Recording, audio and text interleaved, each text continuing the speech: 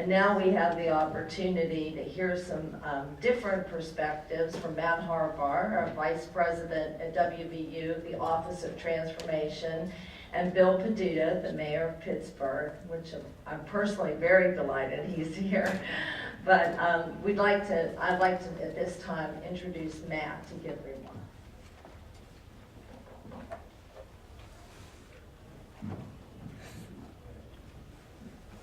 All right, thank you, Donna. So I think we're loading up some slides here. These slides, the goal here is to dig a little deeper into the West Virginia Forward report and to give more backup data to you about the specific jobs and skills that are going to be required for the industry sectors that they're pointing us to. There's a lot of numbers and details in here and some smaller type, so I apologize to those of you in the back of the room. And Donnie said we're going to make sure that we send out a PDF version of all of these to everyone, so don't worry too much if you can't see all of the details here. So, so this is focused on the data and the recommendations, and then I'm also going to try to draw a connection to some of the things that are currently happening in the state. And so I think I may be calling on a couple of you in the audience to stand up and talk about a couple of programs that fit right into line. I don't think we don't want to give the impression that we're starting from scratch here, where there are some great things already happening in the state, and in a lot of cases we just need to throw a little more fuel on the fire. So I apologize for the formatting. I think when it went to this projector, some of the words got cut off. So as President Gee talked about last night, McKinsey gave us a 4-part strategy for diversifying the sectors. And if you think about the McKinsey study in general, there's really 2 big parts to it. There's diversify the sectors and make sure that you're improving the enablers. And the enablers cut across all of the sectors. So here, I just wanted to remind us of what are the sectors that they're telling us to diversify into. I switched the order of them because to me it makes more sense to start with what we're already good at and what we have, and then try to think of it as concentric circles and how do we build out from there. And so the top one is maintain the current industries. I added the energy into that list. In some of the other documents you'll see on West Virginia Forward, it doesn't mention energy because that's assumed. But I think it's always important to go back and remind ourselves that we're starting from a strong foundation, as we just heard, with energy. And a lot of the things we're going to build towards in this second category, the fine chemicals, the advanced plastics, the carbon fiber reinforced polymers, those are a direct result, especially of our natural gas resources. So those are the downstream opportunities coming out of that natural gas, natural resource. And all of these 3, whether we're talking about those direct results of the natural gas boom, or some of these other sectors like higher-end tourism, like cybersecurity, cloud services, IT, data centers, those types of services.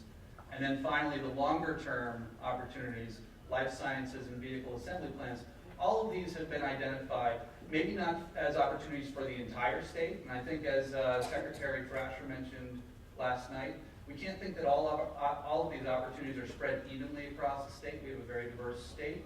We have different sub-regions, but there are opportunities in here for each region of the state. So when we look, and again, the top's cut off there a little bit, but when we look into some of these sectors, I wanted to pull in data that really gets to the crux of the idea. What's the salary? What are the individual jobs that we're talking about here? It's great to talk sort of in platitudes and high level about industries, but what jobs are we really talking about? What are the growth rates? What are the fastest growing jobs within these sectors? And again, apologize to those of you in the back of the room. We can make sure that you have these slides available. But what I tried to do is look, okay, for energy, and here I turned to, there was a report that came out of the Allegheny Conference, which is a regional economic development group in southwestern PA. And they looked at a lot of these same sectors, so we'll just use their data here. But they looked at what's the national growth rate for some of these jobs, what's the median salary for them, and then finally, what % of these jobs request, and note that it's request, not required, a bachelor's degree. One of the interesting things that they pointed out when they did this study was that during the recession you had credential inflation. You had all of these open jobs where all of a sudden the employers were able to say, oh, yeah, a bachelor's degree is required for this. So now all of a sudden you see all of these administrative assistant positions where the job postings say you need an undergraduate degree. Whereas prior to the recession, when it was harder to find that labor, you didn't need a bachelor's degree for that. We think that with the tightening of the labor pool, we're going to go back to a situation where maybe for a lot of these positions, the bachelor's degree isn't required. That's why it says requested up here. When you look at the job postings today, you'll probably still see them say an undergraduate degree is required. But for some of them, maybe that's not quite the case. So, even though I work for WVU, one of our four-year institutions, I wanted to make sure I pointed out that in a lot of cases, the types of degrees and certificates that you can get to fulfill these positions, you're going to find at community colleges, or we can be really creative with alternative training programs and credentialing. So interestingly, even in the energy sector, the fastest growing positions that they identified were still around technology. You've still got computer system analysts, computer user support specialists, and database administrators. But I want to point out, none of these are software developers. It's not like we're saying you have to send people back to become coders for all of these. Coding is important, and we'll talk about that in a minute. But in some sectors, it's really about being able to use the technologies that are available, being trained to take the data that comes out of there and understand how to apply it. And these are things that we can certainly accomplish through a good training system across the state. When we talk about IT and cloud and data centers and data services, now you see all of the ones that are bolded in our larger type. Hopefully you can see those. Those are things where the growth rate is projected at double-digit growth over the next 10 years. So there's a lot that's in this category. There are a lot of opportunities that are being projected for things related to IT, cloud, and data services. But again, not all of them are coding. In this category, there are things for a wide range of skill sets. Again, it's people who are support specialists. These are your help desk people. There's things for people who really just understand how to use and analyze and interpret data. Statisticians, analysts, but there are also web developers, mobile developers, things like that. So it's a wide range of skill sets, but look at those salaries. These are great salaries that are going to be coming down the pike with these jobs. In engineering, I wanted to highlight that, and this is a stat I got from the American Chemical Society, they're projecting that in the U.S., with the growth of the plastics industry over the next 10 years, and that's directly a result of the natural gas boom, that in the U.S., there will be an additional 462,000 jobs created in plastics manufacturing. So again, and the next slide I'll talk about manufacturing in general, but just to highlight the direct relationship between the natural gas boom and the jobs that are going to be created across a wide range of skills. Within the engineering subset, materials engineers, again, talking about plastics here, we're talking about advanced materials and polymers, fastest growing of the engineering professions with almost an $80,000 median salary. Now, look over to the right-hand column. This is one where even though it says requested BA, I think we can all assume that's a requirement. When we go into manufacturing, here, I was pleasantly surprised to see that the fastest growing of the manufacturing subsectors that they identified, aircraft mechanics and service technicians. Actually, that's really good news because one of the sectors that McKinsey identified that we have a strength in and that we should maintain is aircraft maintenance, repair, and operations. And that's really around that sort of Bridgeport area there and a lot of the opportunities there. So that was great to see that nationally they're projecting a fast growth rate for that and the salaries are really high. Great. But obviously in manufacturing you're talking about a lot of other types of jobs, and I was happy to see that so many of them were coming in at double-digit growth rates, and a lot of these, they didn't even include that requested bachelor's degree column in this category because I think that in many of these types of jobs, that's not one of the requirements, and it's really something that we can help to fulfill, and I think we currently are through some of the creative training programs, all the way down into K through 12 and the simulated workplaces that are happening here in the state, but then up through the community colleges and career and technical ed programs. So McKinsey did highlight that they gave us some bad news as well. So they said currently The graduates coming out of West Virginia are not in the high growth sectors. Our computer and information service sciences are down there towards the bottom of the list, and engineering is there at the bottom. These are sectors that, as we saw in the last set of slides, have great job opportunities, and we need to improve and increase the number of students that are graduating with these skill sets. In general, STEM, we're also lagging behind our peers, and those are skill sets that the employers say are the hardest to find. This high demand skill sets, science and engineering, computer and programmers and IT, again, those huge, fast growing sectors, this is what people need, this is where the employers are saying if you had more of this talent, it would be very attractive to us. When we look at what's the attainment of higher education in the state, we're also lagging behind our peer states, our surrounding states, and if you look all the way to the right-hand side of the slide, this is gives an average for the United States. We're also lagging behind the U.S. This one, actually, I noticed that in your booklet on page 3, there's, I guess it's number 3. It's the page that looks like this. It's part of these the data pages there towards the beginning. There's a box towards the top of the page where it gives our current level of education and the projected for 2020, what the different levels of education that they're saying are going to be needed here in West Virginia. The current level matches the bar here on the slide to the left, but I thought it was interesting to look at what this group said that the projected levels are going to be needed in 2020. And again, it's really looking at how do we make sure that a bigger percentage of our population are getting more than just a high school education. If you look here on this slide, it currently shows us that about 54% of the workforce in West Virginia has a high school education or less.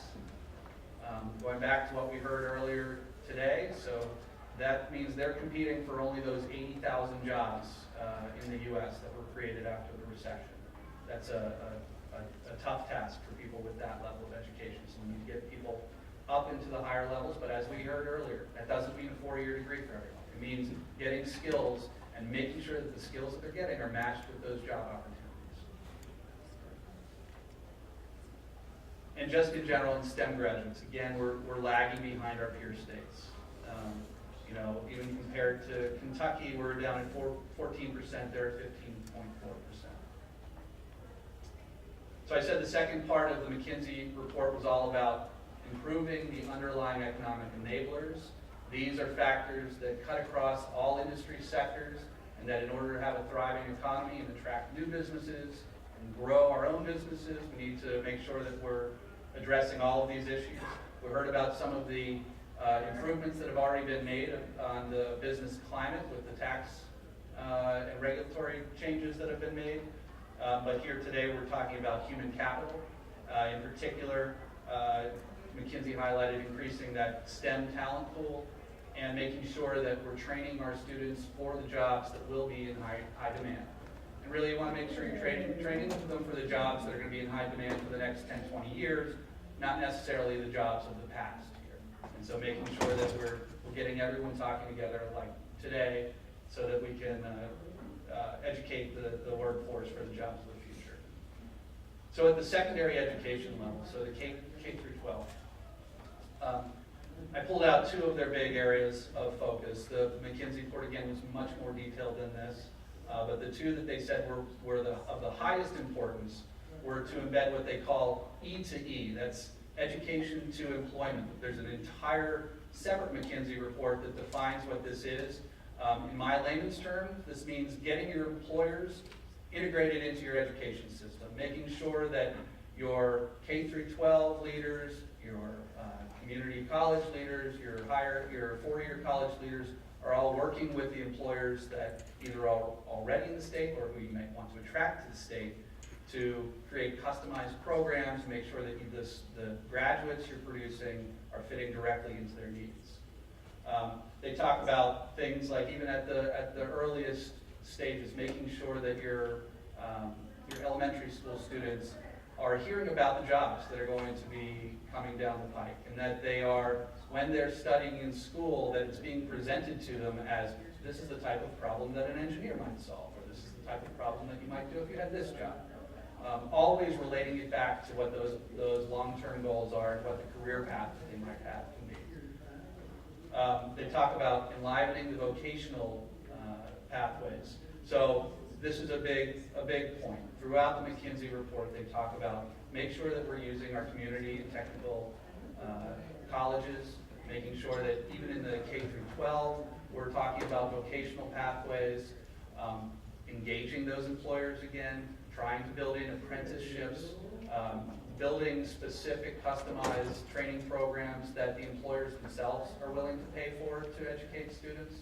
I mean, I was talking earlier today with President Moore from Pierpont College that, we're leaving money on the table by not engaging employers in this process. These are skills that they are willing to pay for and can help us, especially at the community technical college level, develop the customized programs for them. We shouldn't assume that all of the money has to come from the state or federal government.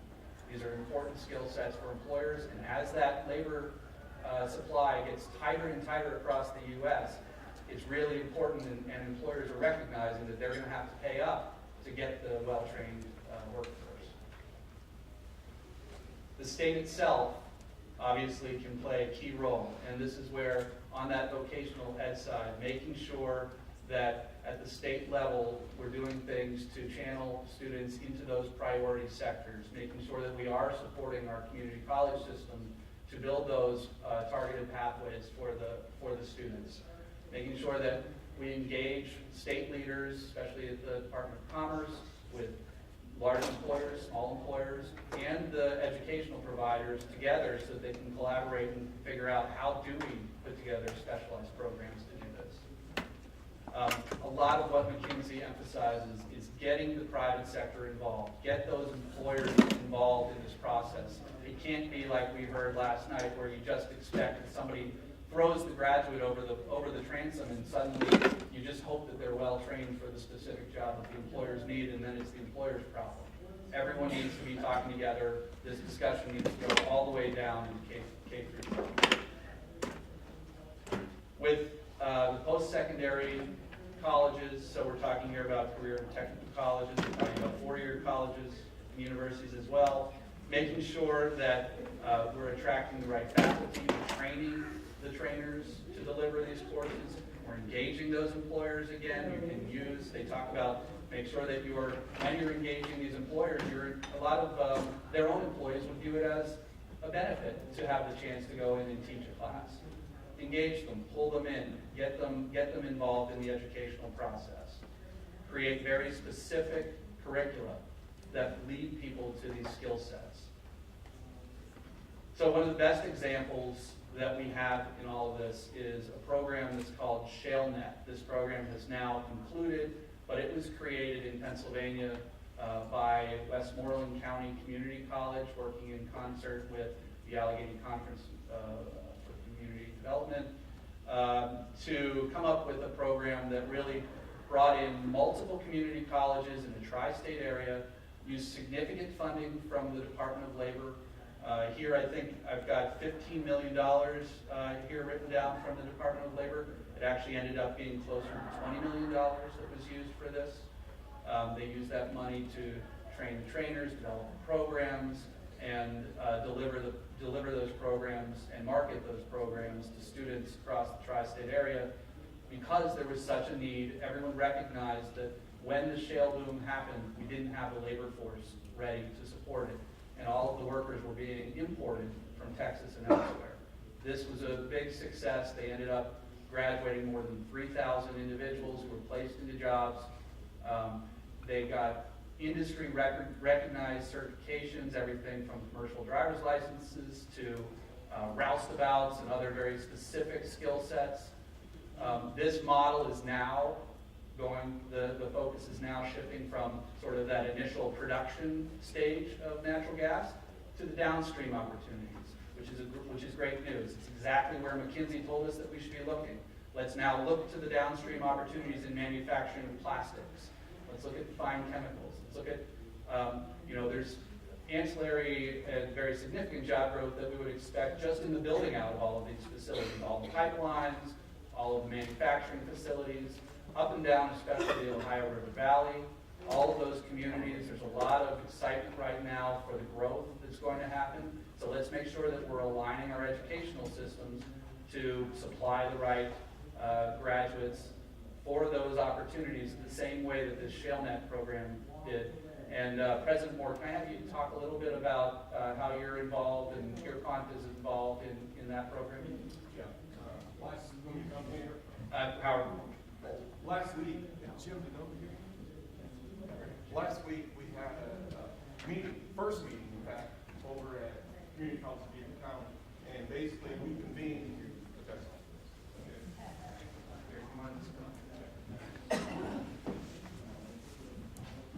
Last week we had our very first meeting over at in Pennsylvania Community College of Beaver County, and it convened 27 counties throughout Western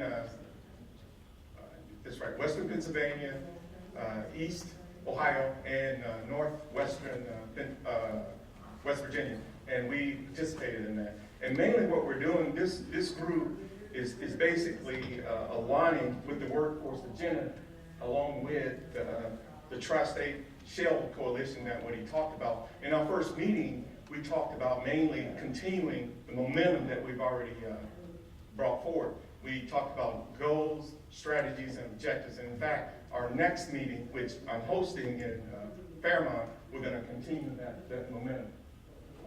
I'm not going to let you go just yet. So that's a great story about how do you get people sort of at that vocational level trained for the jobs that are coming for manufacturing. You also mentioned to me earlier today a really exciting concept, which I recently met with somebody in Colorado about. So I was glad to hear that we might be bringing it here to West Virginia, which is the idea of, what's it called? Early college high school program. Yes. Can you tell us a little bit about Sure. that? First of all, I want to say thanks, Matt, for bringing me up, because I was just talking to my board chairman and telling him how important I am. So thanks for but no, thanks for bringing me up. At Pierpont, we're definitely doing our best to help move West Virginia forward. Just a little bit about Pierpont. I have a platform, so I can use it, right? Just a little bit about Pierpont. We serve 13 counties in north central West Virginia, from Preston County all the way down to Braxton County and everything in between. And what you may not be aware of, within those 13 counties, we have 8 tech centers. And I think that some of the guiding principles behind moving West Virginia forward is utilizing those resources and those assets you already have. Well, think about what I said. We serve 13 counties. Within those 13 counties, there are 8 tech centers. And those 8 technical education centers are connected with high schools. The way it works is the high school students are currently being bused in to those tech centers, and they spend part of their day at the tech centers. So an idea was born. I said, well, what if we could, while those high school students are there at the tech centers, so there's not a transportation issue, so they're there, what if we, community college, can actually go in there and create those targeted pathways that you talked about to put students on the track to a degree simultaneously as they're pursuing their CTE program? Well, we need funding. How do we implement that? So we approached the Benedict Foundation, and they so graciously provided us with some funding to launch this program. So we're in the college phase of the Early College Academy. And currently, we launched it mid-October. And currently we have 18 to 25 students in the program right now in Montech. So that's an indication of that's needed, because when you look at our high school graduation rate within our state of West Virginia, we're about 89.9, phenomenal. But if you look at the other side of it, the college going rate, let's just say we're not doing so well. So here's an opportunity where we can create that olive branch to those students to provide them with with an opportunity to further themselves, and that's where we come in as a community college of providing that early college academy. That's great. Thank you, Fred. Thank you.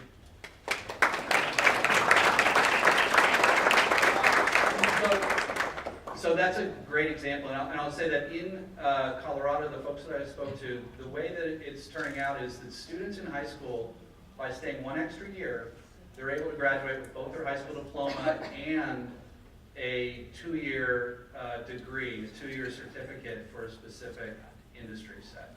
And those are recognized industry degrees. They can go, if they want, they can go directly into jobs out of high school and this program. And it's at no cost to the student. It's all part of their high school education. And so clearly that would require something like that, to test that on a bigger level, would require a lot of cooperation from the state, because it really becomes part of what you deliver in your K through 13 experience there. So I want to move on to the next part of the discussion, where I have the great honor and privilege to introduce Mayor Bill Peduto from Pittsburgh. So Mayor Peduto became mayor of Pittsburgh in 2013, and they love him so much he's currently running unopposed in next week's re-election, so that's great. He has an undergraduate degree in political science from Penn State and a graduate degree from the University of Pittsburgh. Politico magazine named him, I think just this past September, as one of the 11 most interesting mayors in the United States. And I think it's really because of his the innovations and the way he's moving Pittsburgh forward. They called him the Rust Belt Rebrander, which is fantastic. And so I think we're going to hear a little bit about that effort and the results of those efforts. We're also going to talk about how does the education system fit into this transformation of the Pittsburgh region. So please help me welcome Mayor Bill Peduto.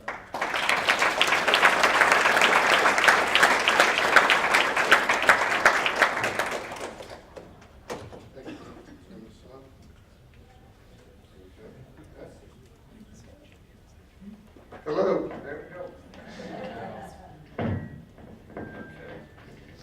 And we're going to do this, we're going to do it as sort of a fireside chat. I should probably move away from that.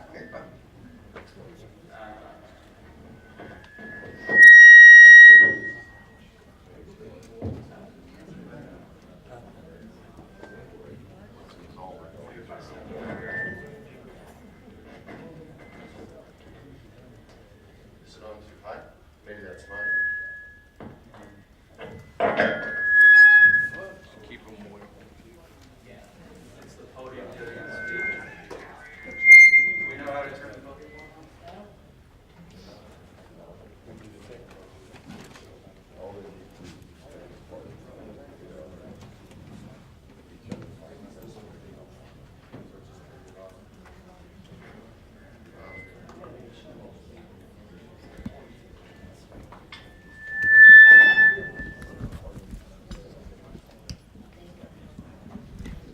Sorry for the technical.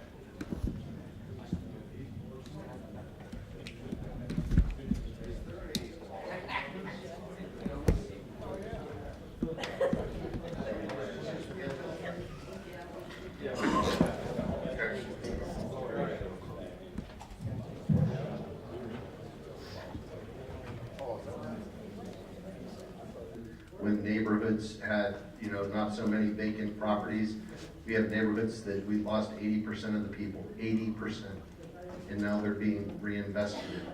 I never really expected it. But the fact is that it wasn't one thing that changed Pittsburgh. It was the investment in hundreds of things. In each one of them, when you go back, was an investment in a person and an idea. And I say this all the time, and it's true. You can bomb a city, you can flood a city, you can burn a city to the ground, you can rip the economic heart out of a city. But when you invest in its people, a city will come back. And it's the same thing with the state. When you start to look and see the different ways that you can start to prepare people for the jobs of tomorrow and find the people that are on the ground floor of making that happen. And yes, it does require government funding to do it. You can see that state come back too. Let's go east across the country to Pittsburgh, where the Monongahela and the Allegheny River join. You've probably heard something about Pittsburgh, the city that built America, the city that built the world, the city that fell so hard. And now, Pittsburgh, the tech powerhouse, Pittsburgh, the culinary wonderland, the city that's big and small and approachable and amazing all at once, the city where a chair saves your spot. That's us, all of it. And this whole time, we've always had one loyalty, and it's not the one you're thinking of. This loyalty is stronger than steel. It comes from a history of facing challenges head on. It comes from learning that you can't wait for opportunity, you have to create it. And that the only way to prepare for the future is to work together and build the future yourself. We're loyal to a better tomorrow, loyal to investing in our kids and the institutions that build strong leaders, loyal to the audacious reality that if we do the right thing today, tomorrow will be awesome. Not just change, improvement. Not just for some, all. It's why we're not sitting back, enjoying our moment in the sun. We're forging ahead, building new industries, improving our most beautiful assets, setting the stage, sowing the seeds to grow a better generation, making sure all families have room to grow. We're building something special here. A place where thinkers, makers, dreamers, and doers can afford to be bold. A place where bright minds and youthful energy come together to put down roots. A place where big things happen and big problems get solved every single day. And just wait till you see what we do next. Then again, you don't have to wait. Join us. We always have time for one more great idea and room for one more great neighbor. But hurry, tomorrow is almost here.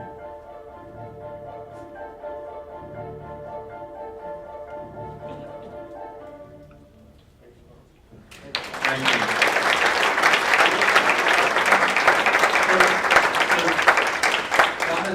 Donna's telling me we do have a little bit of time if there are questions for the mayor or questions about anything else that we've talked about. Anybody want to? And there's some mics out in the audience. All right, great. Well then, thank you very much. Inspiring story. Thank you. Great. Let's give one more round of applause because that was an incredible presentation about where the state can go and how we can work with the regional partners. So thank you, Mayor, once again for coming down to West Virginia. We appreciate it a lot. Matt, thank you for sort of leading the discussion, telling us a little bit more about what's been going on in the state and where we can see our future going. So we are a little bit behind, but we're not too far behind. But let's shoot for a little less than a 15-minute break. I think we have about 12 minutes. So let's try and kick start again at 10:15, and we'll start. Dr. Moore is going to lead a really important session, and we'll catch back up a little bit. Thank you. Are you set up something? No. I mean, right here. The lights.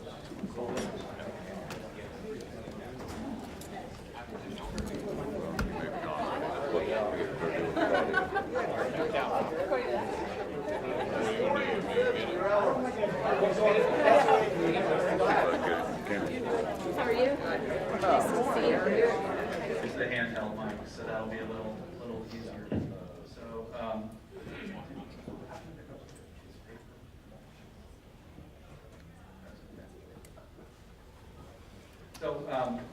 So Mayor Peduto, thank you very much for being with us here today. And I thought a good way to start would just be to talk about your connection to West Virginia. I think a lot of people are scratching their heads and saying, well, you know, it's the last time I checked, Pittsburgh was not in West Virginia, although we like to say it's the northernmost suburb of Morgantown. Do you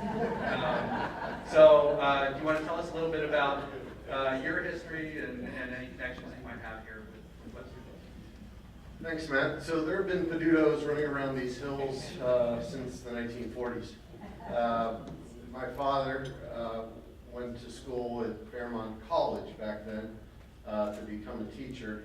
Obviously, you know my sister-in-law Donna, who is born, raised, lived, died Fairmont, she's married to my brother Guy. My brother Dave went to Fairmont for a minute. He's been banned, I think, right? And my brother Tom graduated WVU along with my brother Guy and sister-in-law Donna. And there's a deep affinity between my family and the state. So, you know, you're managing a fast-growing city that's really on all of the lists nationally about places where innovative companies should be looking to move, and where there's a growth in the millennial population and all sorts of great news that we're constantly hearing about. How do you see West Virginia fitting into the larger regional story? And, or I should say, do you think that there's a way for West Virginia? What role should West Virginia play? So it wasn't always that way. And being recently 53 years old, my entire time in Pittsburgh, I watched my city die. I went through the 1980s watching as the unemployment rate stayed around 18%, more than triple what West Virginia's is today. Watching as we lost more people than New Orleans lost after Katrina. Watching 300,000 steelworker jobs become eliminated. Watching as we didn't have the money to be able to raise taxes, so we borrowed to the point where 20% of our city's budget just went to paying off old debt. One out of every $5 couldn't be spent on operations. I saw this firsthand. I saw it as the last mill closed in the city of Pittsburgh, in this fight that occurred between the steelworkers and the Sierra Club over whether or not a coke plant should be in the middle of the city or whether it should be somewhere where the density of population was greater. And then I noticed something starting to change, and it was through partnerships. That same coalition would form the Blue-Green Alliance between labor and environment, and it would be started in Pittsburgh. Companies that had been really just little seeds that had been planted during the 1980s started to take root. Industries started to become born. NIH funding that went to one little hospital around Pitt's campus turned into the largest employer in the state of Pennsylvania, UPMC. All of that work that had been started back during the 1980s when we were still having a discussion for over a decade, how are we going to reopen the mills, and putting together strategies over how we could do it and trying to swim against the tide of global change. There were those that saw a different path and basically said, our future does not have to be our past, that we can be very proud of who we are and still at the same time take a different course and then be able to see it. And so now, for the first time, I'm watching my city grow. I'm seeing people and young people not trying to retain them, but coming in from places like Brooklyn because it's a place they want to be. And I'm starting to see this opportunity expand, which is why I'm here now. I want to show a short video. I'm going to show you a couple videos because nobody wants to hear a politician yap. So, but this video was what we submitted for the Smart City Challenge, a challenge that only 7 cities were finalists for. Pittsburgh was one.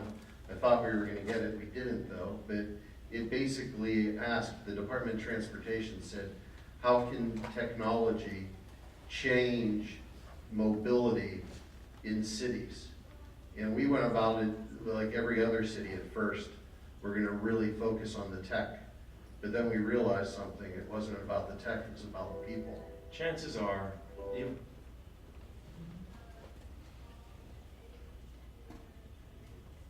heard some things about it.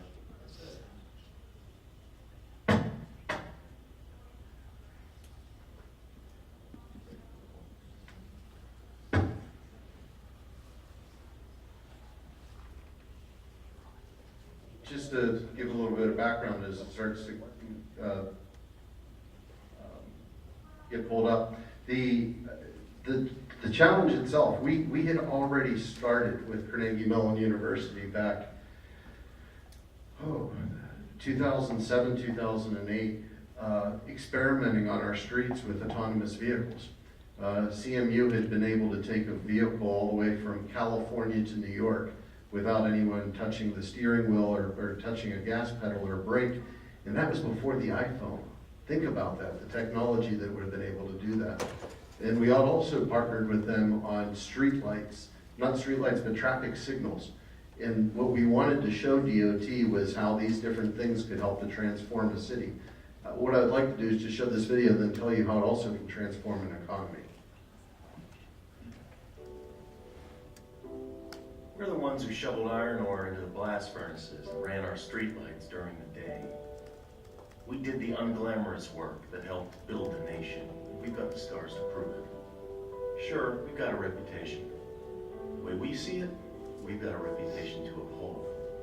Yeah, steel will always be a part of our identity, but really, it's innovation that's in our DNA. From steamboats to glass to steel to aluminum, Pittsburgh was always at the forefront of innovation. We created the modern highway system. We powered the first nuclear submarine. When the steel industry famously turned our city into hell with the lid off, we set about to clean up, instituting the first clean air regulations of their kind. We know a thing or two about looking challenges in the eye and seeing opportunities. Hills, rivers, and valleys forced our 55 square miles into an unruly tangle of roads and bridges. Out of that grew 90 distinct neighborhoods. Some have prospered with the city's ups and downs. Others haven't had a seat at the table. In the past, progress for some meant decline for others. As city residents fled to the suburbs, we cut highways through the hearts of vibrant communities, leaving large swaths of our diverse population isolated. Maybe there were times we forgot what we stood for, but we always come back stronger. We're still creating industries, but this time around we're using 21st century technology and engineering to get us there. Universities, nonprofits, and businesses are working together to build robots, cure diseases, and design better products. And we're just getting started.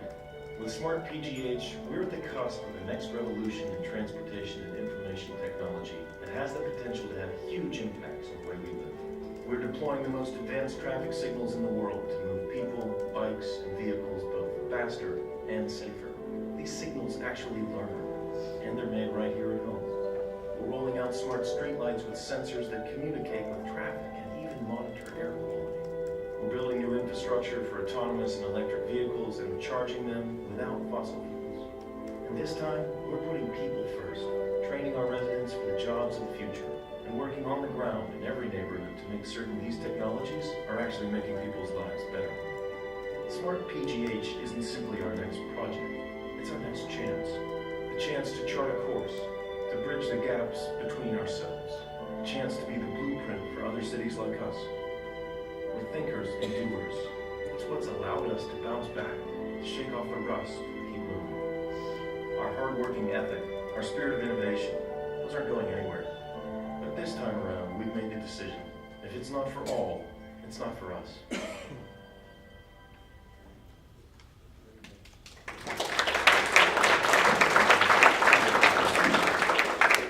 So that I mean, that's an inspiring video. I can't believe you didn't win the grant. Do you know who did? Columbus.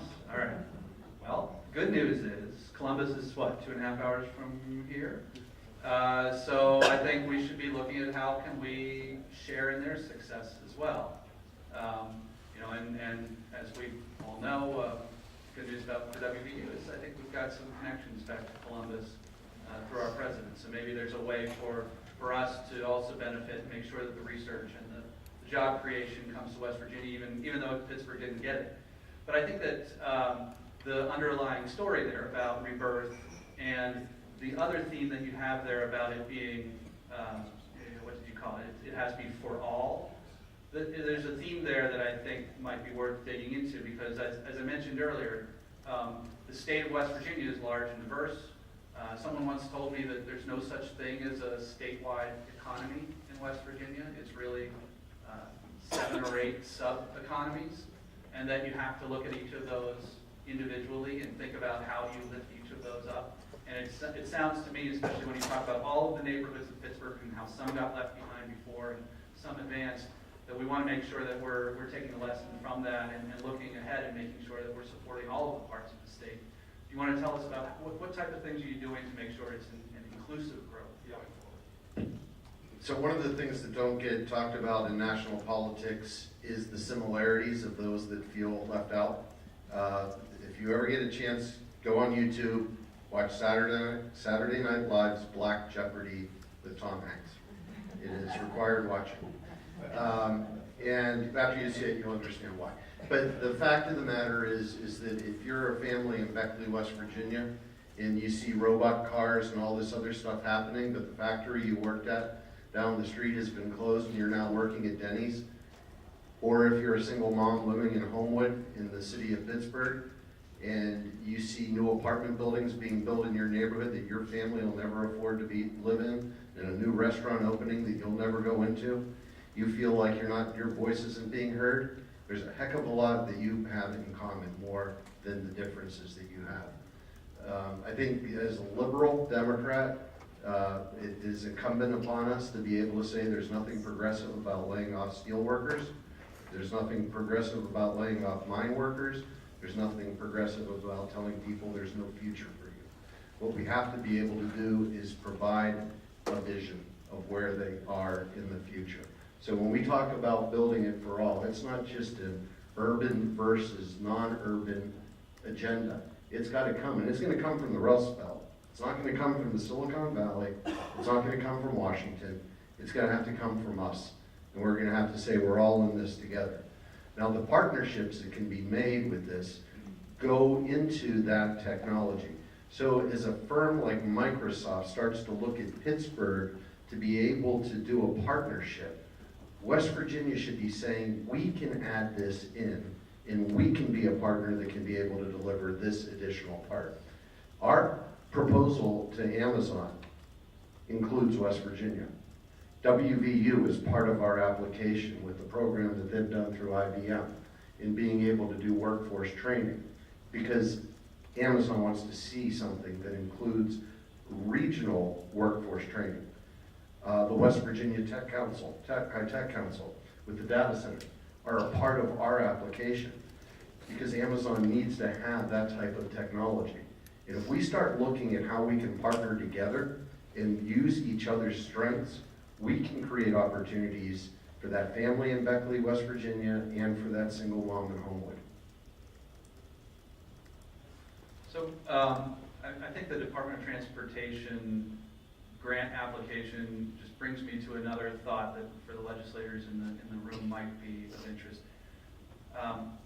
That was obviously federal funding, and my assumption is federal funding has played a role in the rebirth of Pittsburgh. Do you want to give anything that you can talk about, sort of whether or not that's an important piece of the puzzle? Do you have, so let's get into some very logistical things. Do you have somebody that focuses on how do we get more federal grants and federal money to support our economic development efforts on your staff? How does that happen? Because I fear that sometimes here in the state, we're leaving money on the table.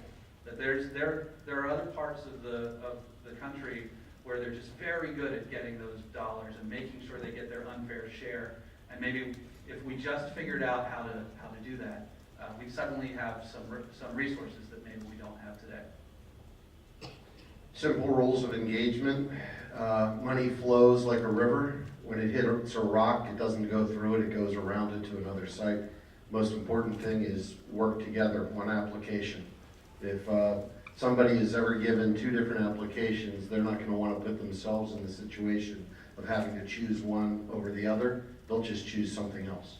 So it's important that political leadership is aligned together with universities, corporations, and others in securing it. Number two, it's not really just government's role to seek funding. The state and local government has a critical role in the application process, but universities are much better equipped to be able to look for research grants and to be able to apply, and government supplements them by supporting them and aligning that support around it.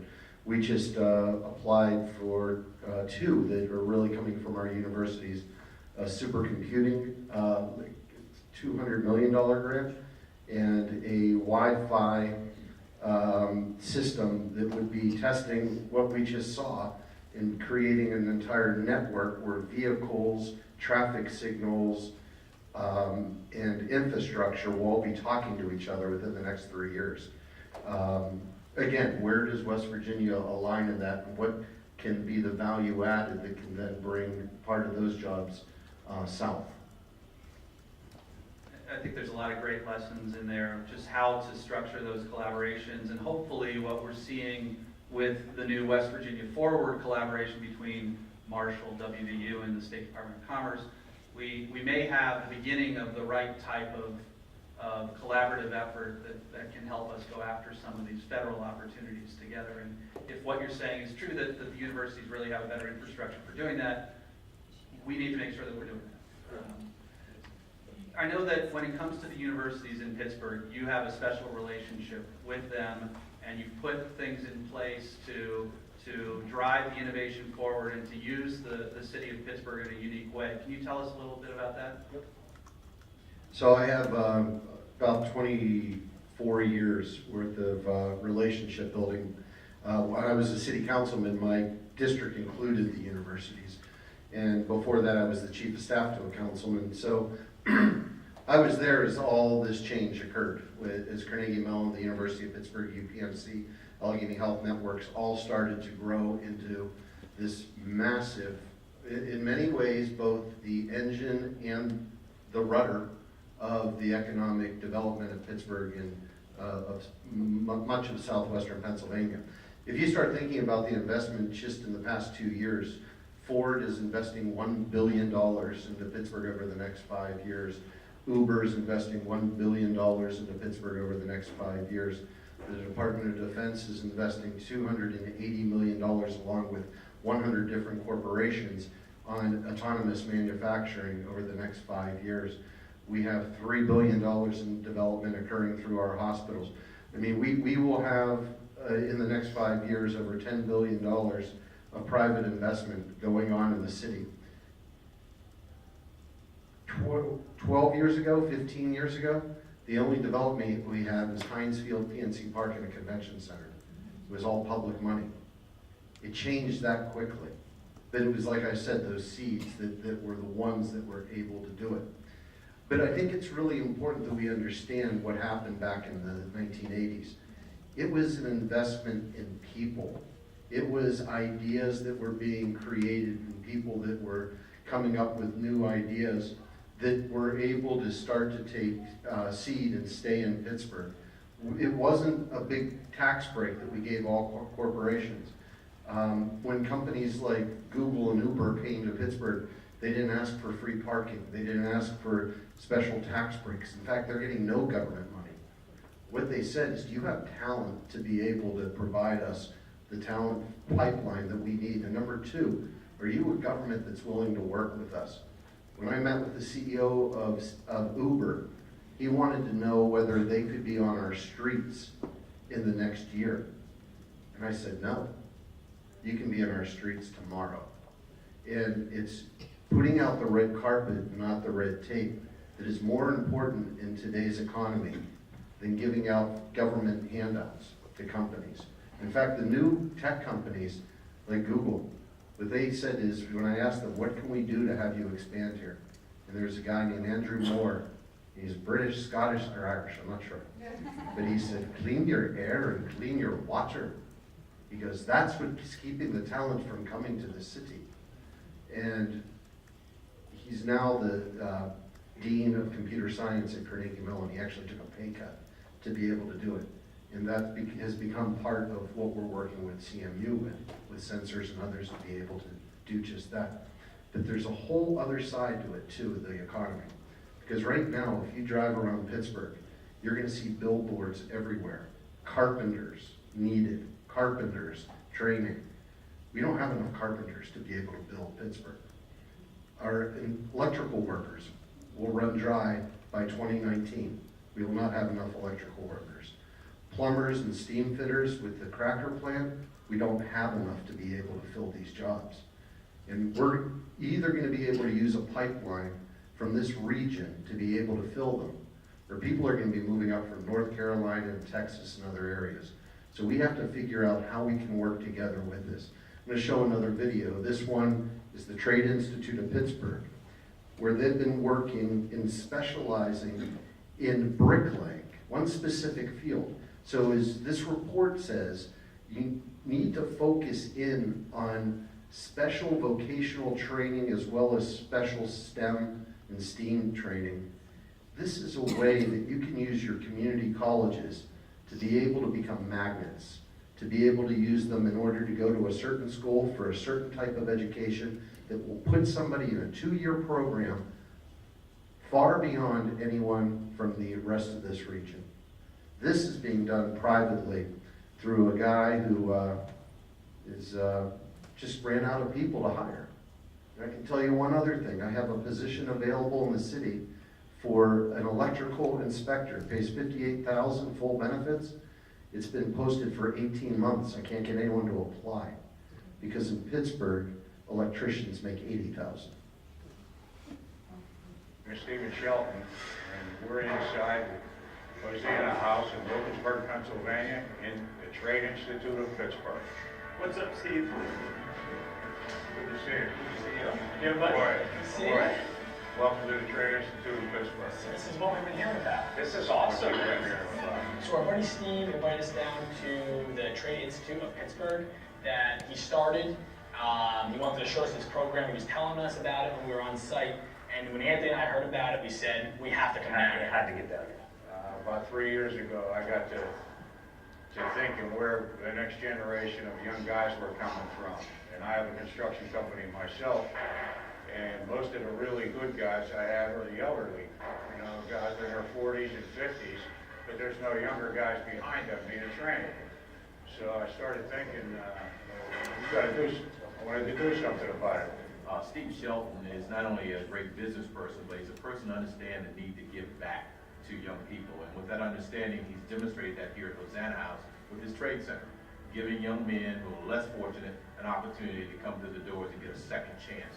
They took the trades out of the city schools, and I started thinking, where's the opportunity for these guys to get trades and get tools in their hands and get into a trade?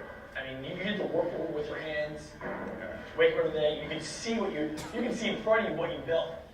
Shell Trade Center basically goes out and they recruit young men who probably are not going to walk through your traditional doors, your traditional training schools. These young men might have some other situation going on with them, whether incarceration or just have had a hard time and a bad luck in life, and they get hands-on training. The only way you're going to learn it is with the tools in your hand, and that's what I'm trying to get to. The first day they walk in here, they have tools in their hands, and the last day that they're here, they have tools in their hands. Come on. Back them up a little bit, all right? We're standing inside 1,000 square feet here with strictly just a masonry class. We're able to put 8 guys in here at a time. This is a 10-week class. They start off with just the basics of spreading mortar, the basics of masonry, teach them brick block and everything. But then by the end of the 10 weeks, they're doing wonderful projects. And one of the coolest things is once you get it down, and you do this, you can take a bag of tools, a box of tools, and a couple levels and go anywhere in the world and learn it. Absolutely. That's the plan, brother. That is the plan. You can stand back and you can look at it at the end of the day, and it gives them hope that they can go somewhere. And they can get a good, solid, get on a good, solid, productive path for the rest of their lives. If it's with tools in your hand, then so be it. Let me add, because everybody has vocational programs, right? 100% of his students are formerly incarcerated. You have to be formerly incarcerated to apply. Most of them have never had a paycheck. 90% of them have a career afterwards, not a job. 10-week program costs nothing. There is no form to fill out. You meet with Steve on the chair and he talks to you. No drugs, no alcohol, no swearing. That's the criteria. And he has to feel that you have that commitment in your heart to change your life. And now he's also teaching ironwork. He's partnered with Carnegie Mellon University's fifth-year architecture students in a place called Construction Junction, which is where we take all the beautiful pieces out of old homes that are being demolished. And the architecture students are creating these beautiful designs for furniture, for houses, small houses and sheds. And they're using recycled materials, and they're using recycled people. It's called Project RE. And they're all working together, formerly incarcerated with fifth-year Carnegie Mellon architects together in a place where recycled materials come together. And there's very little government money involved because the community has gotten behind it and supported it. And that's the secret sauce. The secret sauce is partnerships, because no one can do it alone. Not government, not universities, not nonprofits, not corporations. You have to figure out where those jobs of tomorrow are by talking to the companies, and then you have to create the pipelines for the people to be able to fill those jobs. So I was going to make a comment about now realizing that I'm elderly, but yeah, I'll let that one go. But because I think probably your comment about partnerships and that you can't rely on just one piece of the puzzle to solve all the issues is probably the right note for us to end on. And I know that Donna wants us to try to get back on target with the schedule here. So, but let's turn it over to you for any final thoughts. Just two final thoughts. Number one, Donna, I'm going to ask you for just the 2 minutes and 21 seconds to show the Amazon pitch. And then this is the closer. It is remarkable to think that I'm living in a booming city. I really thought for my lifetime that I would always wonder what it would have been like when all the storefronts were open, when neighborhoods had, not so many vacant properties. We have neighborhoods that we lost 80% of the people, 80%, and now they're being reinvested in. I never really expected it. But the fact is that it wasn't one thing that changed Pittsburgh. It was the investment in hundreds of things. And each one of them, when you go back, was an investment in a person and an idea. And I say this all the time, and it's true. You can bomb a city, you can flood a city, you can burn a city to the ground, you can rip the economic heart out of a city. But when you invest in its people, a city will come back. And it's the same thing with the state. When you start to look and see the different ways that you can start to prepare people for the jobs of tomorrow, and find the people that are on the ground floor of making that happen. And yes, it does require government funding to do it. You can see that state come back too. Let's go east across the country to Pittsburgh, where the Monongahela and the Allegheny River join. You've probably heard something about Pittsburgh, the city that built America. The city that built the world. The city that fell so hard. And now, Pittsburgh, the tech powerhouse. Pittsburgh, the culinary wonderland. The city that's big and small and approachable and amazing all at once. The city where a chair saves your spot. That's us. All of it. And this whole time, we've always had one loyalty. And it's not the one you're thinking of. This loyalty is stronger than steel. It comes from a history of facing challenges head on. It comes from learning that you can't wait for opportunity, you have to create it. And that the only way to prepare for the future is to work together and build the future yourself. We're loyal to a better tomorrow. Loyal to investing in our kids and the institutions that build strong leaders. Loyal to the audacious reality that if we do the right thing today, tomorrow will be awesome. Not just change, improvement. Not just for some, all. It's why we're not sitting back, enjoying our moment in the sun. We're forging ahead, building new industries, improving our most beautiful assets, setting the stage, sowing the seeds to grow a better generation, making sure all families have room to grow. We're building something special here. A place where thinkers, makers, dreamers, and doers can afford to be bold. A place where bright minds and youthful energy come together to put down roots. A place where big things happen and big problems get solved every single day. And just wait till you see what we do next. Then again, You don't have to wait. Join us. We always have time for one more great idea and room for one more great neighbor. But hurry, tomorrow is almost here.